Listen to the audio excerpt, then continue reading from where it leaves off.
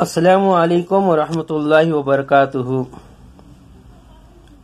मोहतरम हजरात और नाज़रीन किराम, जैसा कि आप तमाम हजरात जानते हैं कि हुकूमत का एक नया ऑर्डर, नया कानून ये है कि वोटर आईडी कार्ड को आधार कार्ड के साथ लिंक किया जाए।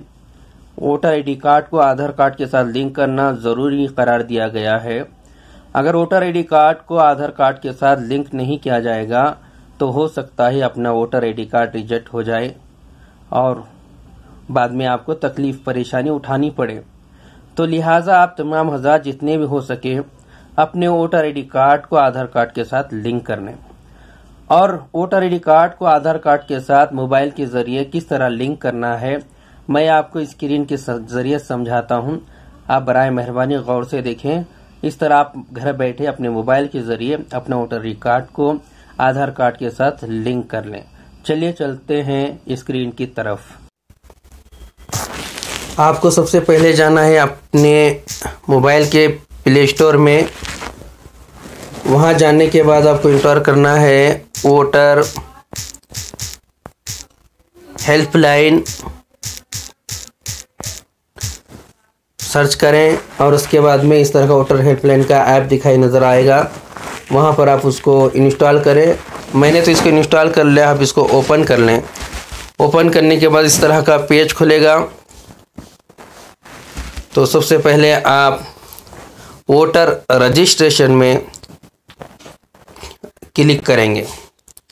वहाँ जाने के बाद आपको इस तरह का पेज खुलेगा। सबसे नीचे में फॉर्म 6B में इंटर करें। इंटर करने के बाद इस तरह का पेज खुलेगा।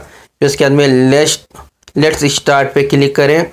यहाँ के बाद आपको यहाँ पर अपना मोबाइल नंबर इंटर करना है। फिर उसके बाद में send OTP। Mobile number inter करने के बाद सेंड OTP आएगा है। वेरीफाई करने के बाद इस तरह का पेज खुलेगा। अब इसके बाद आप इसको नेक्स्ट करेंगे। नेक्स्ट करने के बाद यहाँ पर आपको वोटर आईडी नंबर डालना है। फिर उसके बाद में आपका स्टेट कौन सा है वो स्टेट कलेक्ट करना है। जैसे अगर मैं हूँ कर्नाटका तो कर्नाटका स्टेट। फिर उसके बाद में फेच डिटेल्स आएगा। फेच डिटेल्स पे चले जाएंगे, फेच करेंगे। आपको इस तरह का इंटरफेस नज़र आ जाएगा कि आपका डिटेल्स यहाँ पर है। उसके बाद में आपको करना है प्रोसीड। प्रोसीड के बाद आपको इस तरह का आपका डिटेल्स नज़र आ जाएगा आपका वोटर आईडी कार्ड का। फिर उसके बाद आपको करना है नेक्स्ट। यहाँ पर इस तरह का डिटेल खुलेगा। आपका नंबर नाम दिखाई देगा। फिर वोटर नंबर क्या है दिखाई देगा। फिर उसके बाद में आपको इसको रोल करके आप आधार नंबर अपना डालेंगे। फिर उसके बाद में मोबाइल नंबर डालेंगे। अगर ईमेल आईडी डालेंगे। उसके बाद में प्लेस आप एप्लीकेशंस कौन सा है, आप बेंगलुरु है तो बेंगलुरु या कर्नाटक में कहीं पे भी हो वहाँ का, या कोई स्टेट में हो वहाँ का कौन सा आपका डिस्ट्रिक्ट है वहाँ पर यहाँ पर लिखेंगे। उसके बाद में डन कर देंगे। इस तरह का आपका डिटेल्स हो जाएगा। आपने जो इंटर किया था वो डिटेल दिखाई देगा। फिर उसके बाद में आपको यहाँ पे करना है कन्फर्म। जैसे कन्फर्म इंटर करने के बाद वहाँ से आपको इस तरह का रेफरेंस नंबर मिलेगा कि आपका एप्लीकेशन सक्सेसफुली सबमिट हो चुका है। अब रेफरेंस आईडी जो मिलेगा उसको संभाल कर रखेंगे।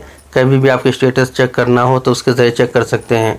अगर आपको किसी तरह की मदद वगैरह चाहिए तो आप मुझे कॉल कर सकते हैं और मुझसे मदद हासिल कर सकते हैं।